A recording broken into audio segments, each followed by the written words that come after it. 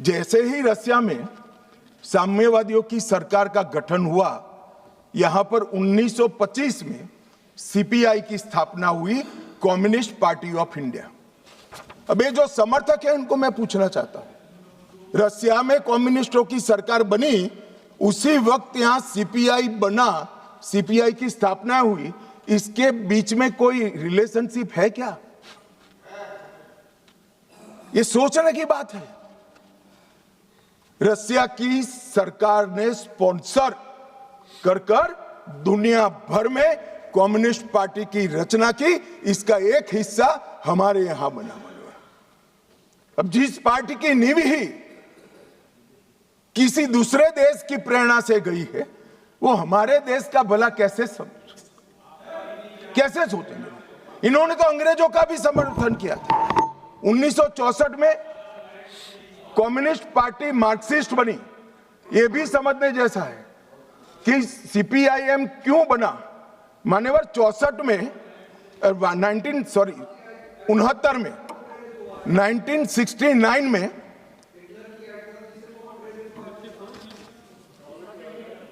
हो गया। बोलूं यार, मुझे उकसाओ मत, आज मैं तय कर कर आया हूं, पूरी बात बताऊंगा। मान्यवर 1964 में सीपीआईएम बना। यह भी समझना पड़ेगा कि सीपीआई थी, फिर सीपीआईएम क्यों बनी। मान्यवर 1964 में सोवियत रशिया और चीन के बीच में झगड़ा हुआ, तो दोनों साम्यवादी राष्ट्र के अंदर अलग अलग विचारधारा की साम्यवादी सरकारें आई। जैसे अलग अलग विचारधारा की आई, तो यहां पर चीन की भी एक समर्थित पार्टी सीपीआई मार्क्सिस्ट खोल दी, जो अभी बोल रहे थे, अपने अमराराम जी बोल रहे थे। मान्यवर ये दोनों पार्टियां कम्युनिस्टों की, एक रसिया में जब क्रांति हुई तब हुई, और एक रसिया के चीन के बीच मतभेद हुआ तब हुई। इसके बाद 69 में संसदीय राजनीति का विरोध करने के लिए, मेरी बात ध्यान से सभी लोग सुने, आपके माध्यम से मैं देश को भी कहना चाहता हूं, 1969 में सीपीआई एमएल मार्क्सिस्ट की स्थापना हुई।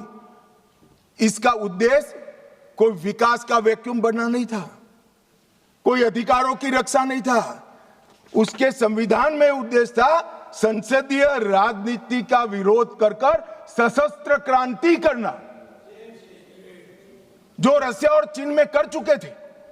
मगर यहां राजाशाही नहीं बची थी, अंग्रेज यहां था नहीं, यहां संविधान से चलने वाली एक लोकतांत्रिक सरकार बन गई थी।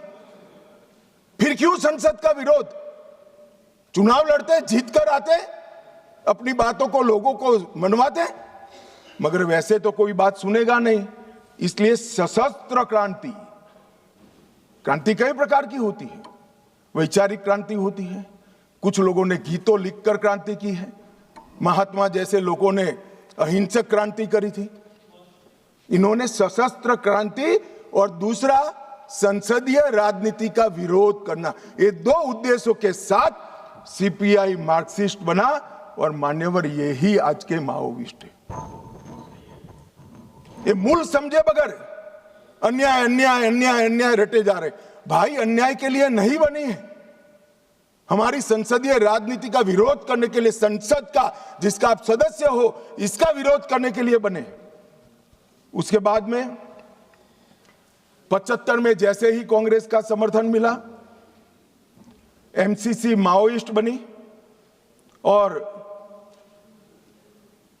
बिहार झारखंड केंद्रित पार्टी बनी। फिर पीडब्ल्यूजी में बना, वो आंध्र केंद्रित बना।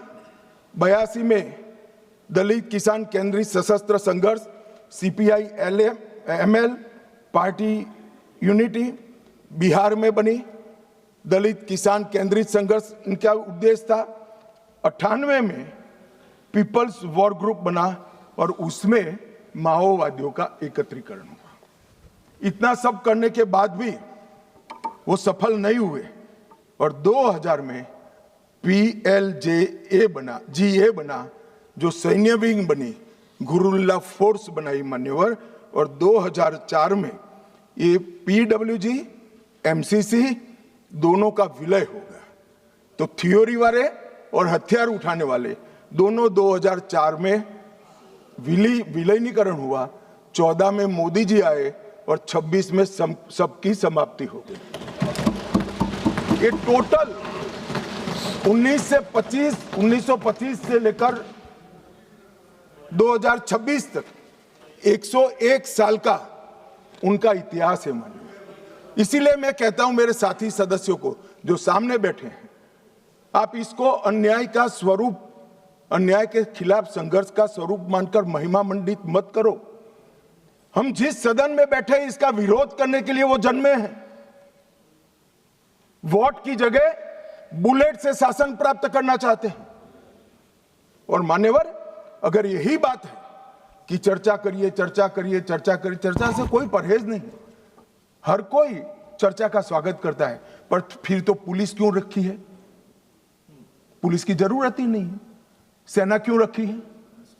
पैरामिलिट्री फोर्स क्यों रखे हैं? कुछ लोग ऐसे होते हैं जो चर्चा से मानते ही नहीं है, वहां बल प्रयोग कर कर उनके अत्याचार से निर्दोष नागरिकों को बचाना पड़ता है।